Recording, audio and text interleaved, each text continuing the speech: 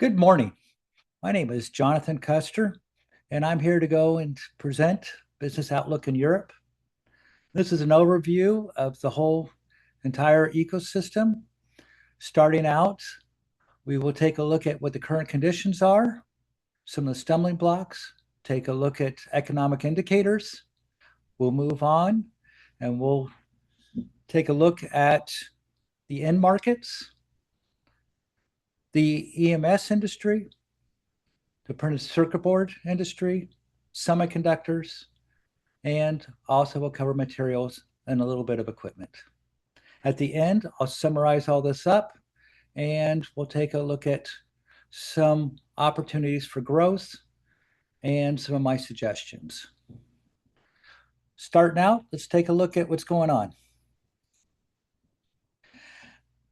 The global electronics sector is facing a convergence of geopolitical friction and material scarcity. So in 2026, it's projected that we're going to grow about 3 to 3.5% globally in GDP. And the PCB outlook will be about 105 billion, according to TPCA.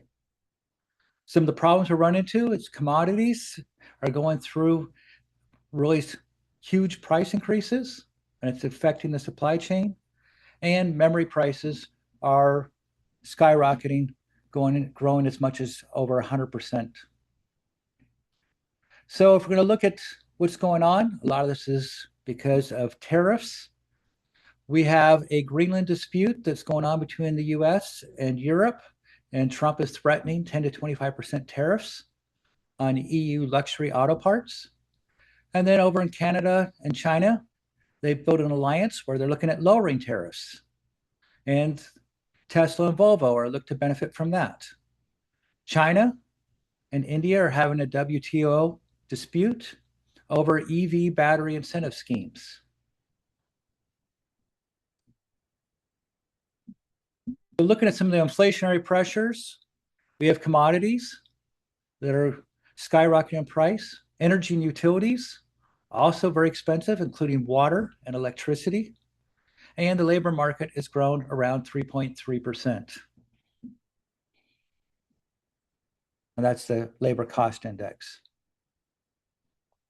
So our raw materials and supply chain constraints, rare earths are being dominated by China, which is kind of weaponizing them. Copper foil is affecting copper clad laminate prices, and then memory shortage. Moving on to the global economy, let's take a look at what's going on. In 2025, global GDP growth was about 3 to 3.5%, and Europe was about 1 to 2%, driven by investments in EV and green energy adoption, as well as artificial intelligence and some of the drivers for the global economy included semiconductors and industrial productivity. Some of the constraints have been geopolitical tensions, and there's been a large focus on reshoring. And that's led to diversification, particularly in semiconductors, electronics, and critical materials. On the risk and challenges, we have inflationary pressures and rising interest rates, and that's going to constraining consumer spending. And geopolitical tensions, we have the US and China, Russia and Ukraine, among others, that they're affecting trade, commodity prices, and investment sentiment. And then on top of all that, debt levels are at really high levels. Starting out with the Global Purchasing Managers Index, it's hovering just above 50, which at 50.4 is expansion. It's very slight. We look at the large manufacturing and consumption areas. We look at the US. In December 2025, the Purchasing Managers Index was 51.8. China at 50.1, and that was in December. In November, it was at 49.9, so moving from contraction to expansion. Japan at 49.7, so it's still in contraction. And Germany, 47.7. At the bottom, we have India, and they're at 55.7 in December of 2025. And so they are showing that they are expanding slightly. Okay, what's going on here in Europe? Industrial recession is continuing. And so Germany's manufacturing sector has been in recession since mid 2022. On the bright side, we have the defense sector. Looking at European manufacturing hubs and end markets, we see that there are three distinct groups. We have up in the Nordic area, telecom and infrastructure. Down in France and that region, we have defense and aerospace. And then in the UK and Germany, we have automotive industrial. Europe's also broke into two parts, the innovative part and the industrialized part. Zone 1, which is focusing on R&D complex systems, is the western part. It's in a manufacturing contraction. Zone 2, which is moving more into industrialization because of lower cost, has higher EMS growth, and they're expanding. Looking at the EU GDP, we can see per quarter, in third quarter 25, it grew 0.4%. Prior to that, 0.3%, and prior to that, 0.5%. So very slow growth. Taking a look at industrial production, we look at the Euro 27, the black line right in the middle, it's barely above 100, and everything above 100 is expansion. With it is France, but down below, Germany and Italy are in contraction. Eurozone Manufacturing Purchasing Managers Index, it's contracting at 48.8 as of December 2025. Taking a look at Europe's larger purchasing manager indices, we can see that the UK is in growth at 51.2, France, growth barely at 50.6, Italy in contraction at 47.9, Russia contraction at 48.1, and going down that we have the Netherlands an expansion at 51.1, and Switzerland in contraction at 49.7. So taking a look at that, Germany, as I talked about, 47.7 purchasing managers index. That is showing that there was some growth a couple of times in 2025, and it started slowing at the end of the year. UK, it was slow all year, started expanding out, and when its head above water at the end of the year at 51.2. France, same thing. Ended 2025 over an expansion. Italy did the absolute opposite. It was doing okay for most of the year with a couple really bright spots, and at the end of the year, it started contracting. And Russia was in contraction pretty much the whole year. Let's take a look at the electronic equipment market. Okay, AI servers, defense, and green energy are driving this market. We have semiconductors, satellites, and memory are the core two keys, and the core being, of course, being the semiconductors.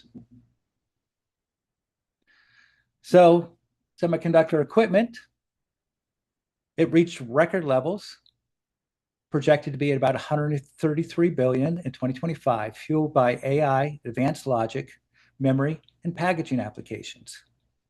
And then also there was expansion in batteries with battery manufacturing investments led by China with 71% of the global spend. Some opportunities, we had XR devices, smart glasses,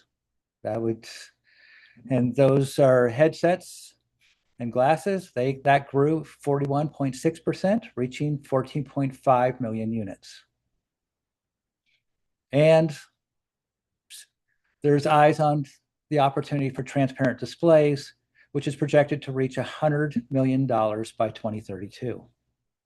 So growth, it's increasingly being driven by AI, electrification, renewable energy, and immersive technologies. If we take a look at European electronic products production, this includes communication, instruments, electromedical, domestic appliance, and motor vehicles. We can see, looking at 100 as our index, that we are in growth territory. Looking at consumer electronics, we can see in consumer technology markets, Western Europe and Eastern Europe together is 306 billion, compared to North America's 336 billion and China's 294 billion. European electric domestic appliance production, using our 100 as our index, it is in contraction. Taking a look at aviation, European production of aircraft, spacecraft, and related equipment, we can see that it's clearly an expansion. So that's doing very, very well. Why? Well, the UK is committed 5 billion GBP to go in expanding their defense. NATO has gone from 3% to 5%. It's expanding, based on each country's GDP. And with it, there's a big demand for PCBs that are high reliability, and they cannot be imported from China. They have to be built domestically. Looking at instruments, control equipment, we can see that European production has been pretty flat, just slightly in expansion. And communication equipment, we look at worldwide smartphone shipments that reached about 1.2 billion in 2025, growing 1.9% year over year. So it's starting to stabilize. And European production of communication equipment, which was in contraction, but has jumped up greatly at the end of 2025. So looking at internet communications infrastructure, we can see that Nokia from Finland and Ericsson from Sweden has about 43.3% of the base station market share. And in data centers, we see that data center expansion had a 46.8% growth rate in 2025, according to Gartner. And Gartner projects that it will grow another 19% in 2026. I would say that number is going to be quite a bit higher as we go and move forward through into the year. In Europe, data center systems grew 38.2% in 2025, and they are projected to grow 18.8% in 2026. Look at the infrastructure of data centers, we can see that these data centers require high-end server boards, and with that is coming a shortage in raw materials. And there's a big problem with cooling. These things are getting super hot. Okay, so we look at that energy consumption with these data centers. You can see in 2025, we're almost square in the middle, that it's projected to double, according to Morgan Stanley, and by 2028. So in the next 3 years, they're looking at energy consumption to double. There's a big expansion. And with that, a lot of these companies are building their own little mini grids, and that's also expanding solar capacity.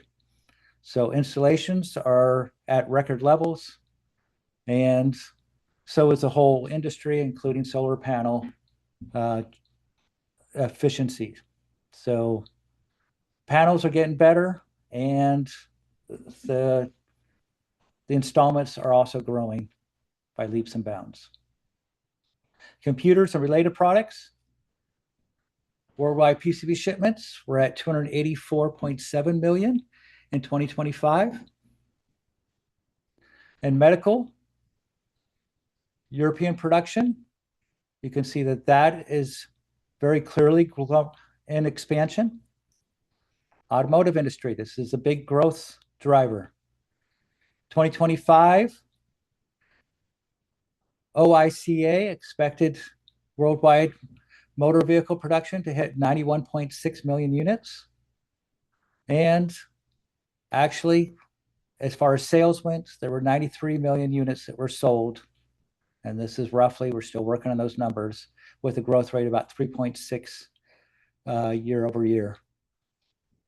So we look at Western Europe,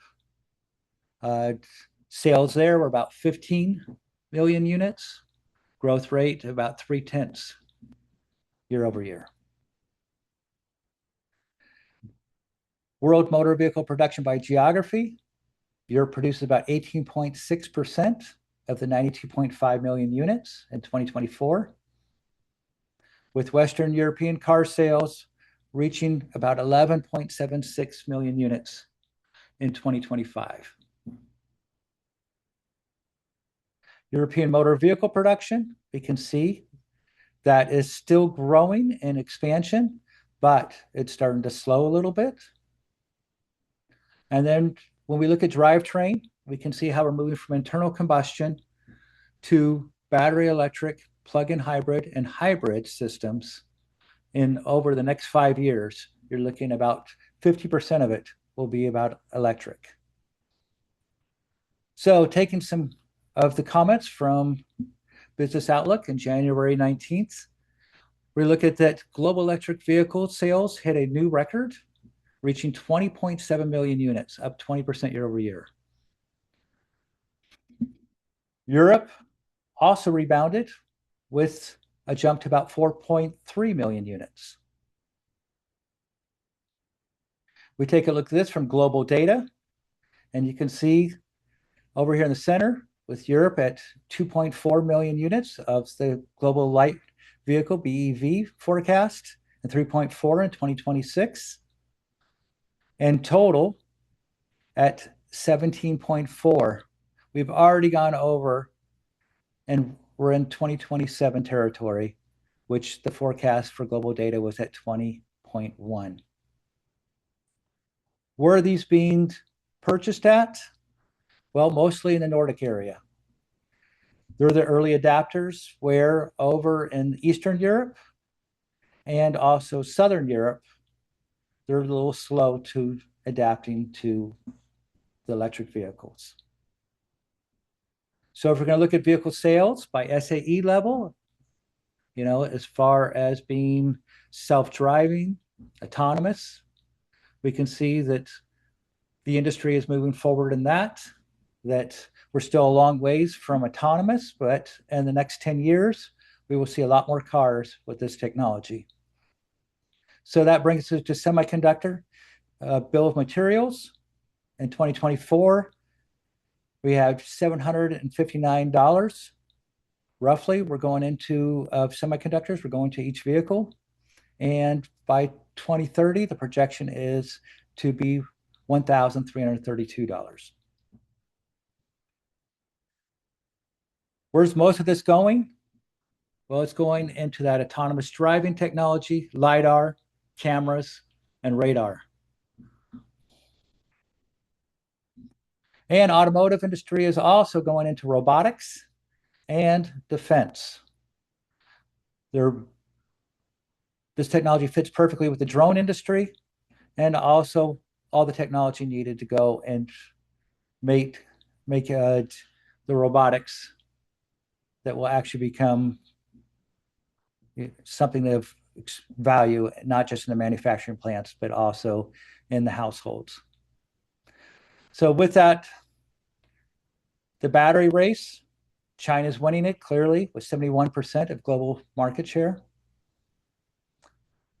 Robots, and the past couple of weeks, the news has been saying that several of these companies are thinking they're going to be ready for commercialization the next year or two. We'll see if that's something that is just wishful thinking or if there's some type of reality to that. I know China is leading in this sector.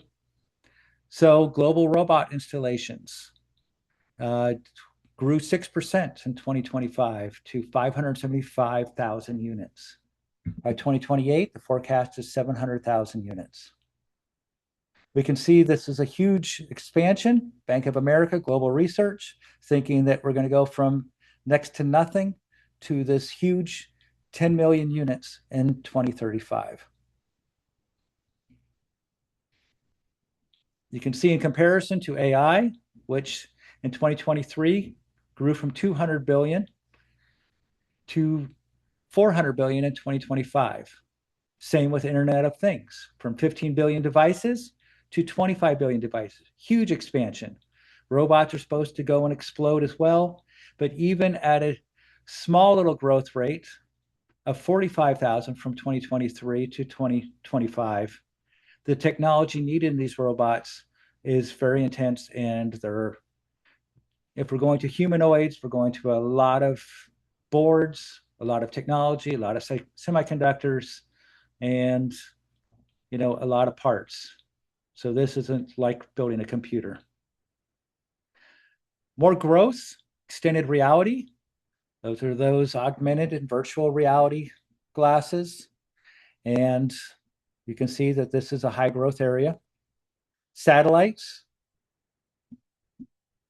These LEO satellite broadband.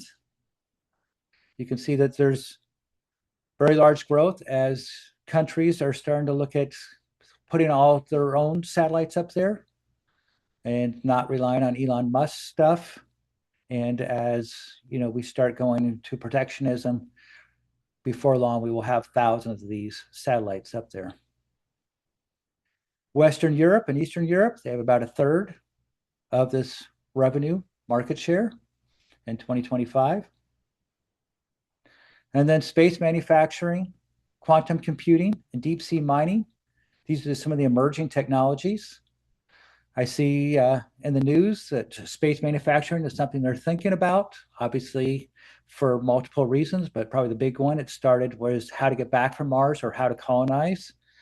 Or, now as we go into a shortage of minerals, how do we go and mine it? And then how do we manufacture what we need while we're doing that?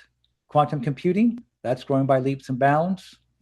And then with China having a good portion of the rare earths that the world needs, Japan is looking at seeing if they can extract rare earths from 6,000 meters from the ocean floor.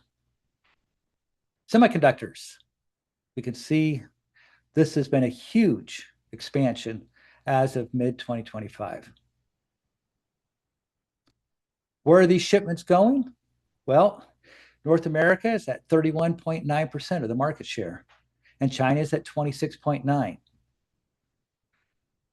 Europe is at 6.5%, with Japan at 5.1%. This is a very different chart when I started in 2000, where at that time, China was very dominant with about 50% of the market share. And so we can see the shift as things are being, we could call reshored, or going more to where the final assembly is. World semiconductor sales. We're looking over in 2024, 631 million, and memory at 166, or this is billion, 631 billion. And 2025 is going to be substantially a much larger number. Looking at WSTS, they forecast that 2025 would be about 772 billion and growing to 2026 to 975 billion. Major jumps. And a lot of this is going into memory and logic. So looking at memory and logic, memory grew in 2024 79.3%. In 2025, another 27.8%. I'm going to guess that number was quite a bit higher because of the shortages, and continuing to grow. And as I mentioned earlier, these data centers among automotive are really driving this. Anything with AI is very memory hungry. Semiconductor memory. So here we are, AI data centers. They're taking a lot of this memory while the automotive industry is going through a shortage. So inventory levels of dynamic RAM, you can see in October 2025, it's down to about 3 weeks. October compared to October 24, or 15 weeks on an average. Probably now we're down to about close to 2 weeks. Major shortage, a lot of capacity expansions are happening. With that, prices are going up. Looking at process equipment for semiconductor fab, we can see a lot of this is in wafer fab equipment. And then we look at that wafer fab equipment broken down. We have memory expansions being projected for the NAND, the DRAM, among others. So we are looking at a major expansion time. Semiconductor equipment billings. You can see how China is dominating that market. They're expanding greatly, building their own ecosystem. And Europe is not doing a lot of investments there. Taking a look at that semiconductor equipment market, we can look at China averaging somewhere around $13 billion a quarter, and Europe averaging about 750 million a quarter in investments in semiconductor equipment market revenue.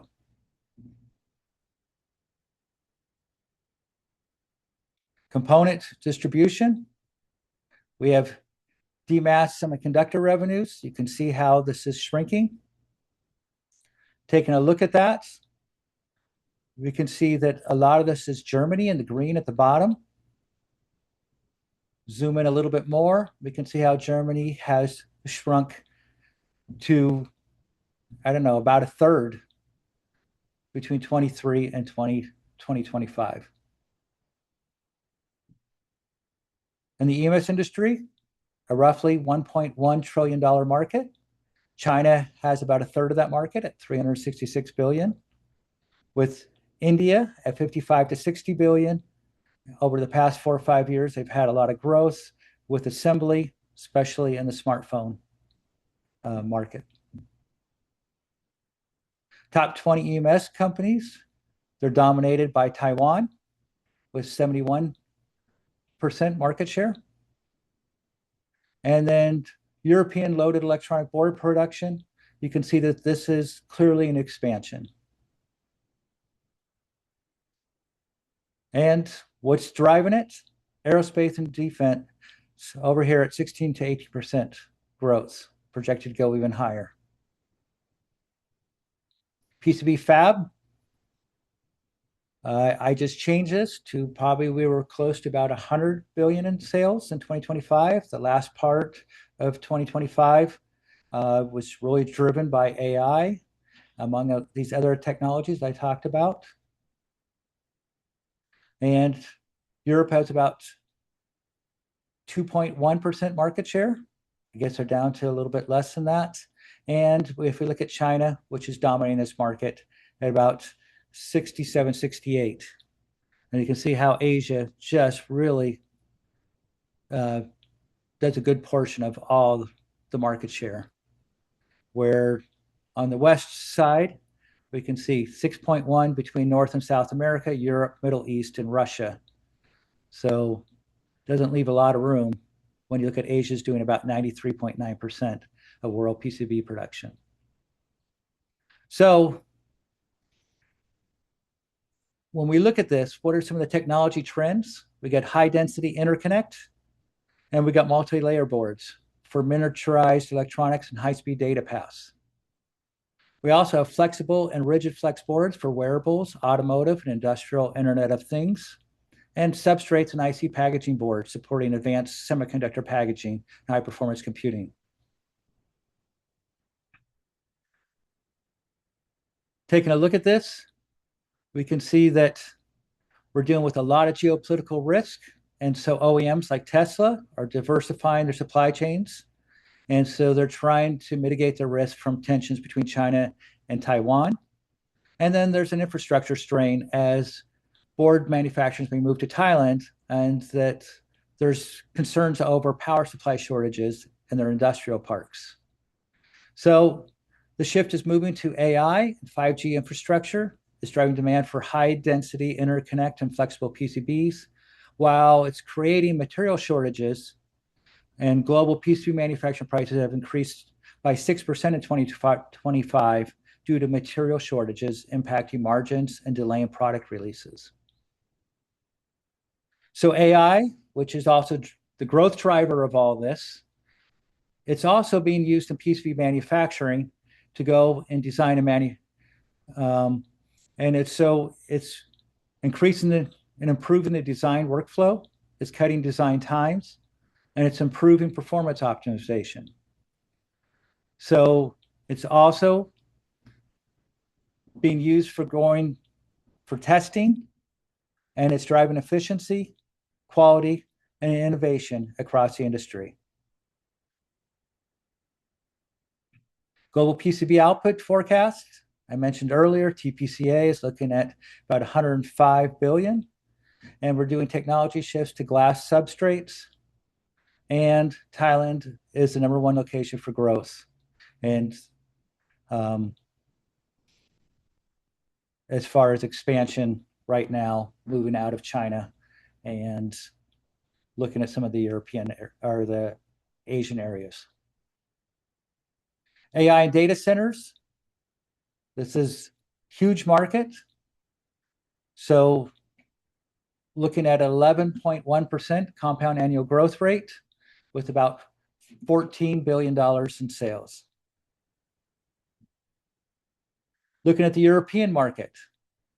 Okay, global market share, less than 2%.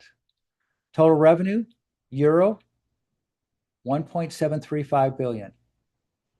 And the dependency on China for imports, 65%.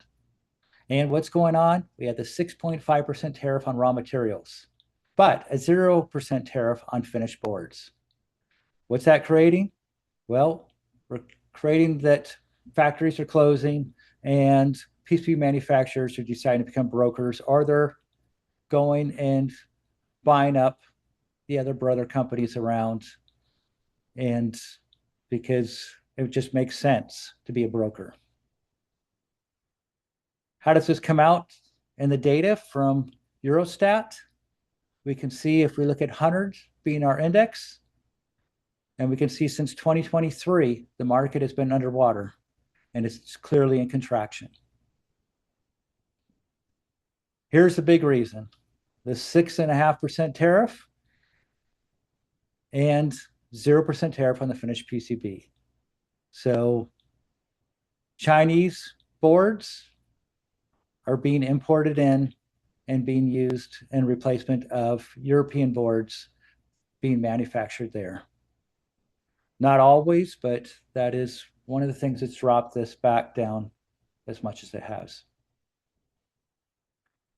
So if we take a look at the market, countries like the Czech Republic are emerging as PCB hubs with rapid prototyping and sustainable production. So Eastern Europe is growing. Costs are a little bit less expensive.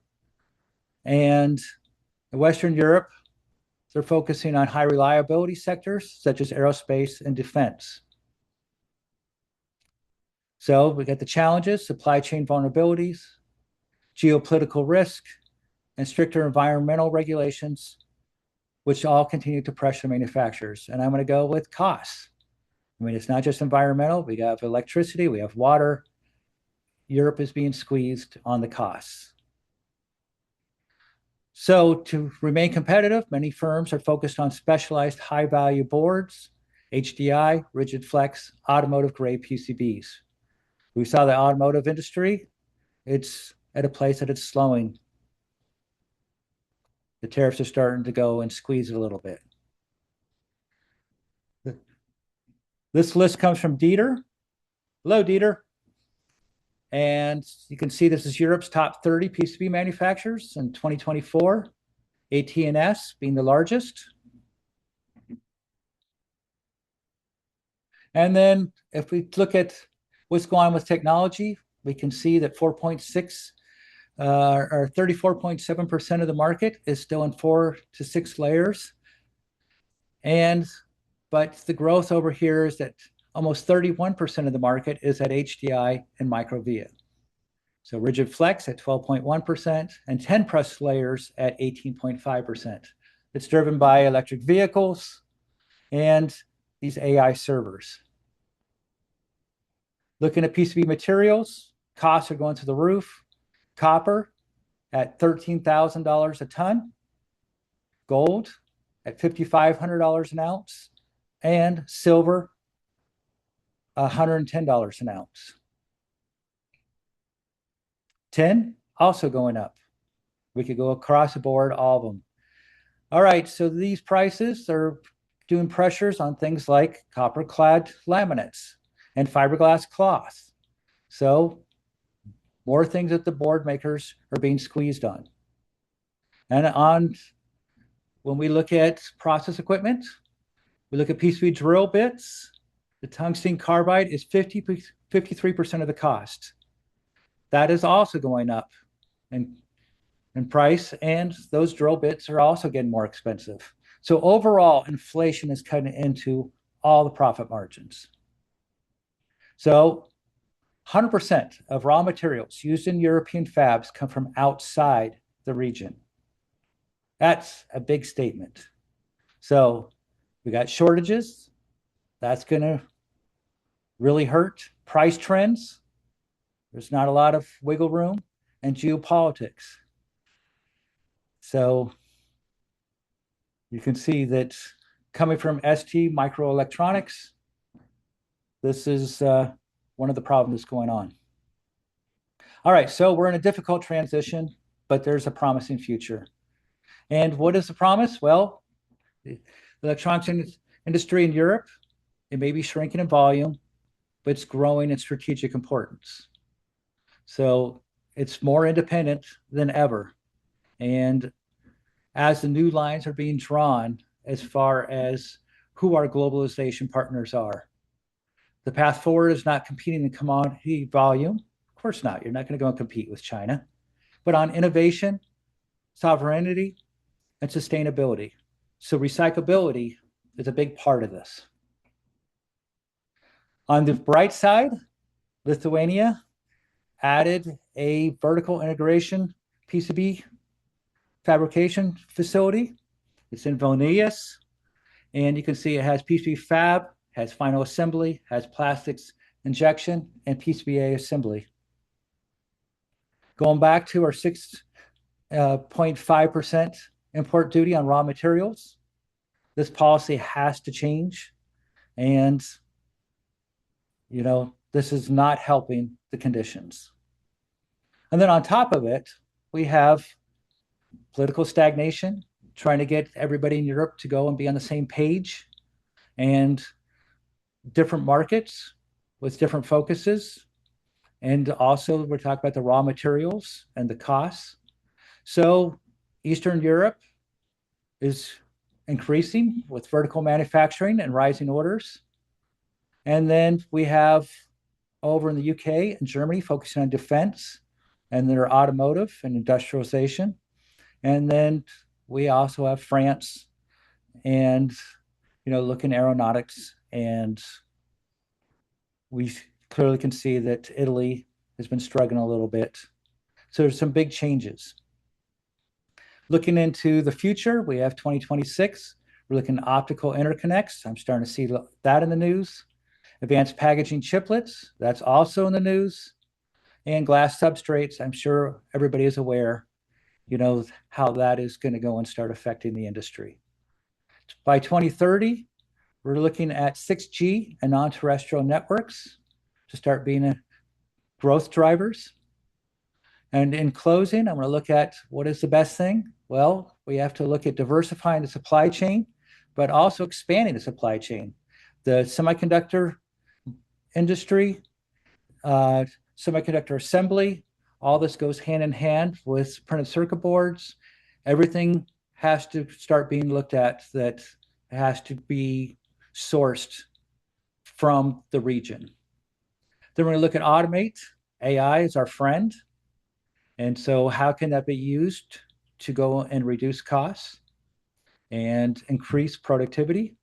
Defending those margins, we know that it's getting steep and hard, but some of the places to look at is defense and the medical sectors, and then going again that policy changed.